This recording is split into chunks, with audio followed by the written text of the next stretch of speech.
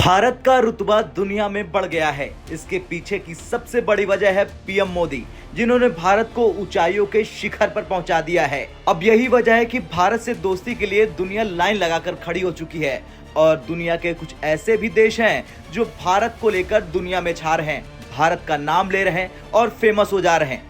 अब धुर दक्षिणपंथी और इस्लाम विरोधी नेता गीट विल्डर्स नीदरलैंड के नए प्रधानमंत्री चुने गए। विल्डर्स इस्लाम को लेकर तीखी आलोचना और कठोर अप्रवासन नीतियों की वजह से कई बार सुर्खियों में बने रहते हैं। प्रधानमंत्री चुने जाने के बाद विल्डर्स ने चुनाव जीतने पर बधाई देने वाले दुनिया के सभी दोस्तों को धन्यवाद दिया है। इस दौरान उन्होंने हिंदुओं को लेकर भी बड़ा बयान दिया। गिट विल्डर्स ने लिखा, भारत से कई तरह के संदेश आए, मैं हमेशा उन हिंदुओं का समर्थन करूंगा जिन पर केवल हिंदू होने के कारण बांग्लादेश, पाकिस्तान में हमला किया जाता है या मारने की धमकी दी जाती है या फिर मुकदमा चलाया जाता है। रिपोर्ट्स के मुताबिक इस्लाम विरोधी ग्रीट की जीत के बाद नीदरलैंड की राजनीति ही नहीं बल्कि यूरोपीय राजनीति को भी हिलाकर रख देगी। विल्डर्स की पार्टी फॉर्म फ्रीडम यानी पीवीवी इस चुनाव में सबसे आगे रही और सभी पार्टियों को मात देते हुए 150 में से 43 सीटों पर जीत हासिल की है। पिछले चुनाव में उनकी पार्टी को केवल 17 सीटें मिली थी।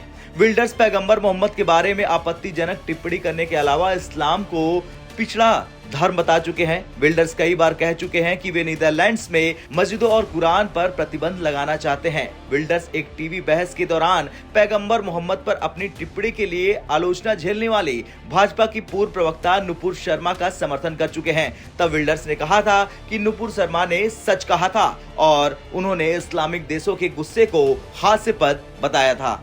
विल्डर्स ने तब अपने सोशल मीडिया अकाउंट पर लिखा था, अलकायदा जैसे इस्लामी आतंकवादियों के आगे कभी न झुके, वे बर्बरता का प्रतिनिधित्व करते हैं। पूरे भारतीय राष्ट्र को अब नुपुर शर्मा के पक्ष में एकजुट होना चाहिए और उनका समर्थन करना चाहिए। अलकायदा और तालिबान ने वर्षों पहले मुझे अपनी हिट लिस्ट में डाल दिया था। एक सबक, आतंकवादियों के सामने कभी न झुके, कभी नहीं।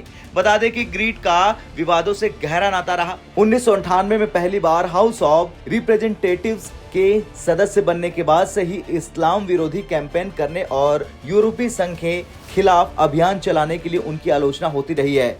अपने बयानों की वजह से ग्रीट को नीदरलैंड का डोनाल्ड ट्रंप भी कुछ लोग कहते हैं। खैर, जिस तरह से हिंदुओं को लेकर ये बयान आया है उसे लेकर आपका क्या कुछ कहना है, कमेंट कर जरूर बताएं। ब्यूरो रिपोर्ट, भारत तक।